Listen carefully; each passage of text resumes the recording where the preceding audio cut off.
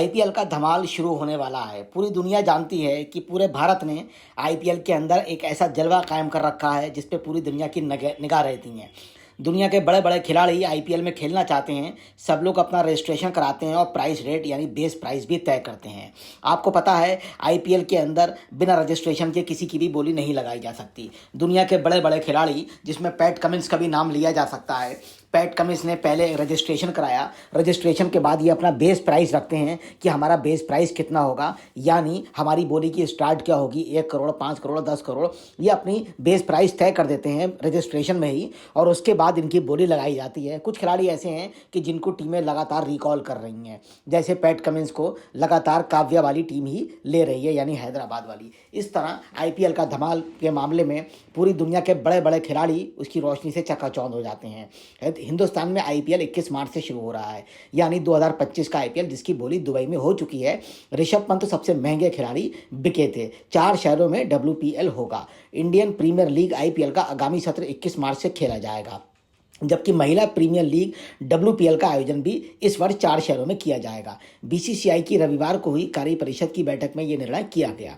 बैठक के बाद बीसीसीआई के उपाध्यक्ष राजीव शुक्ला ने बताया, आईपीएल का आयोजन 21 मार्च से आयोजित किया जाएगा। इस बार खेलने वाले खिलाड़ियों के लिए आईसीसी की आचार संहिता का पालन करेगी।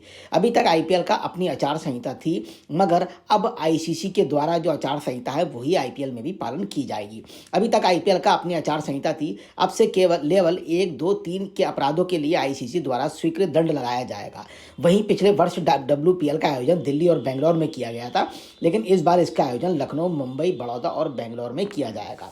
मैंने आपको आचार संहिता के बारे में बताया। आचार संहिता का मतलब ये है कि जो नियम अपने आईपीएल ने बनाए थे कि कोई खिलाड़ी गलत करता है तो उस पर किस तरह का जुर्माना लगेगा, अगर किसी खिलाड़ी ने अच्छा प्रदर्शन किया तो क्या इनाम मिलेगा, ये अपनी आईपीएल की आचार संहिता थी। मगर आईसीसी की एक अपनी अलग आचार संहिता है, अपना अलग नियम है, अपना अलग संविधान है।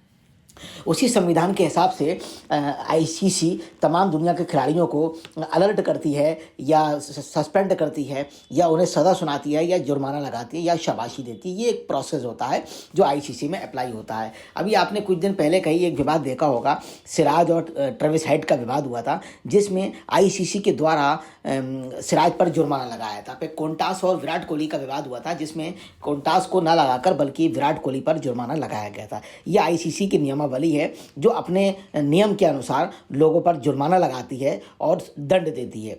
आईपीएल में ये नियमावली अप्लाई नहीं होती थी, मगर आईपीएल ने अब तय किया है कि हम अपनी आचार संहिता ना मानकर बल्कि अब से हम आईसीसी की आचार संहिता का पालन करेंगे, यानी जितना भी संविधान आईसीसी का है वो सारा का सारा आईपीएल पे भी अप्लाई होगा। आईसीसी के संविधान को लागू करने से फ़ायदा ये है कि पूरी दुनिया के सभी खिलाड़ी, खेलने वाले या प्रशंसक या अंपायर, सभी लोग आईसीसी के संविधान और नियमों को जानते हैं। उस नियम के अनुसार ही वो खेलते हैं। उन्हें पता है अगर हम इस नियम को तोड़ेंगे तो इसकी ये सज़ा होगी और हम ऐसा करेंगे तो उसका ये हमें पुरस्कार मिलेगा। मगर कन्फ्यूज़न जब होता था कि दुनिया के सारे खिलाड़ी, अच्छे खिलाड़ी आईपीएल में खेलने आते थे, आईपीएल की नियमावली अलग होने की वजह से खिलाड़ियों को बहुत ज़्यादा दिक्कत होती थी, क्योंकि उन्हें आईसीसी की नियमावली का ज्ञान था, फिर आईपीएल की नियमावली को समझना पड़ता था, फिर आईसीसी में जाने पर उनको कन्फ्यूज़न हो जाता था। इस कन्फ्यूज़न की वजह से वो लगातार कोई ना कोई गलत काम करके दंड भोगना उन्हें पड़ता था। फिलहाल जो काम अब आईपीएल के लिए बीसीसीआई ने किया है वो बहुत ही बिरले तरीके से किया गया है। अब आईपीएल का आयोजन भी होगा, मगर नियमावली आईसीसी की पालन की जाएगी। आचार संहिता, संविधान, आईसीसी का पालन किया जाएगा। आईसीसी की धाराओं के अनुसार ही 1, 2, 3 के अपराधों के लिए आईसीसी द्वारा जो दंड लगाया जाता है वही दंड आईसीसी इंटरनेशनल मैचेस में भी लगेगा और वही आईपीएल में लगेगा। तो मगर यहाँ खुशी की बात यह है कि आईसीसी ने इस बात के लिए परमिट कर दिया।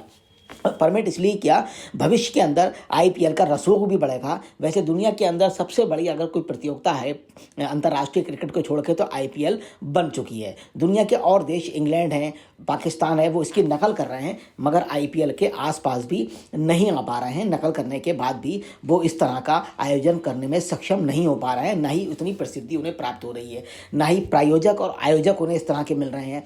मगर आईपीएल का जो भौकाल है वो दुनिया के हर क्रिकेट ग्राउंड के अंदर पहुंच चुका है और दुनिया के सभी खिलाड़ी आईपीएल हर हाल में खेलना चाहते हैं। बड़े से बड़ा खिलाड़ी रजिस्ट्रेशन भी कराता है और बेस प्राइस भी तय करता है और बोली में भी लगता है। और आप देखेंगे जब 21 मार्च से आईपीएल शुरू होगा तो दुनिया के सारे धुरंधर खिलाड़ी भारत के अंदर आईपीएल आपको खेलते हुए नजर आएंगे। तो आप भी आईपीएल का आनंद लेने के लिए तैयार हो जाइए। 21 मार्च 2025 से भारत में अगर सिर्फ खेल के मामले में किसी चीज़ की गूंज सुनाई देगी तो वो आईपीएल आईपीएल आईपीएल। जय हिंद, जय Bharat, thank you very much.